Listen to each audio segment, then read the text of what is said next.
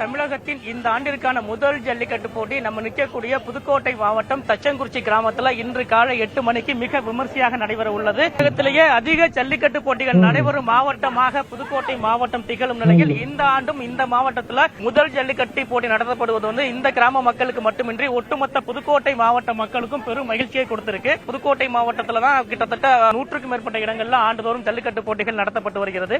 இப்ப நம்ம ஒளிப்பதிவாளர் அப்துல் கபூரும் காட்டும் காட்சி பாத்தீங்கன்னா தென் இளைஞர் நற்பணி மன்றம் தச்சங்குறிச்சி.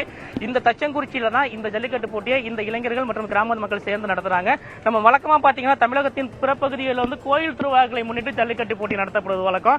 ஆனா இந்த கிராமத்தை பொறுத்தவரையில ஜாதி மத பாகுபாடுகளை கடந்து சமத்துவத்தையும் மத நல்லிணக்கத்தை வலியுறுத்தும் வகையில இந்த கிராமத்தில் அமைந்துள்ள விண்ணேற்பு அன்னை ஆலய திருவிழாவை முன்னிட்டு தான் இந்த ஜல்லிக்கட்டு போட்டி மிக விமர்சையாக நடத்தப்படுகிறது. இதற்கான முன்னேற்பாடு பணிகளை ஏற்கனவே விழாக்குழுவினர் செஞ்சு முடிச்சிருக்காங்க. நம்ம பார்க்கக்கூடிய வாடிவாசல் அமைந்துள்ள பகுதி